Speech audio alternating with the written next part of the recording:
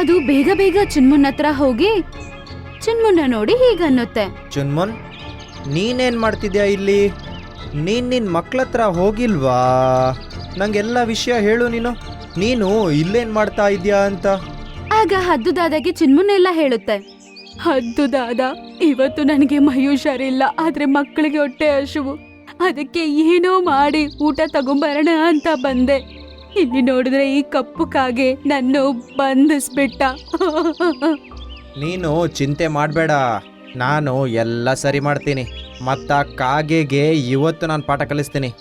ಹದ್ದು ದಾದ ಕೋಪದಿಂದ ಕಾಗೆ ಹತ್ರ ಹೋಗಿ, ಏ ಕಾಗೆ, ಕೇಳು, ನಿನ್ನ ಬೆಳೆ ಬದಲಿಗೆ ನಾನು ನಿಂಗೆ ಬೆಳೆ ತಂದ್ಕೊಡ್ತೀನಿ.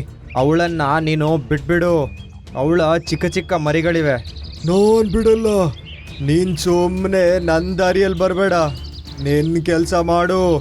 ಹದ್ದು ದಾದ ಕೋಪದಿಂದ ಹೀಗನ್ನುತ್ತೆ.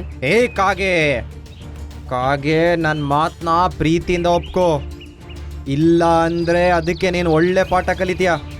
ನನ್ನ ಮಾತು ಕೇಳು ಮತ್ತೆ ಚುನ್ಮುನ್ನ ಬಿಡು. ನಿಂಗೆ ಏನು ಬೇಕಾದ್ ಮಾಡು, ನಾನು ಬಿಡಲ್ಲ.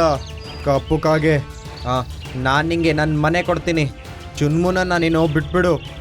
ಇಲ್ಲ, ನಾನು ಬಿಡಲ್ಲ. ಒಂದ್ಸರಿ ಹೇಳಿದ್ರೆ ಗೊತ್ತಾಗಲ್ವಾ? ಹೋಗಿಲ್ಲಿಂದ. ಕಪ್ಪು ಕಾಗೆ, ಚುನ್ಮುನನ್ನ ನೀನು ಬಿಟ್ಬಿಡು. ನಿಂಗೆ ಹೊಸ ಗದ್ದೆನ ನಾನು ತಂದು ಕೊಡ್ತೀನಿ. ಹೋಗು. ನನಗೆ ಯಾವುದ್ರ ಬಗ್ಗೆನೂ ಅತಿ ಆಸೆ ಇಲ್ಲ. ನಾನು ಅವಳನ್ನು ಬಿಡೋದೇ ಇಲ್ಲ.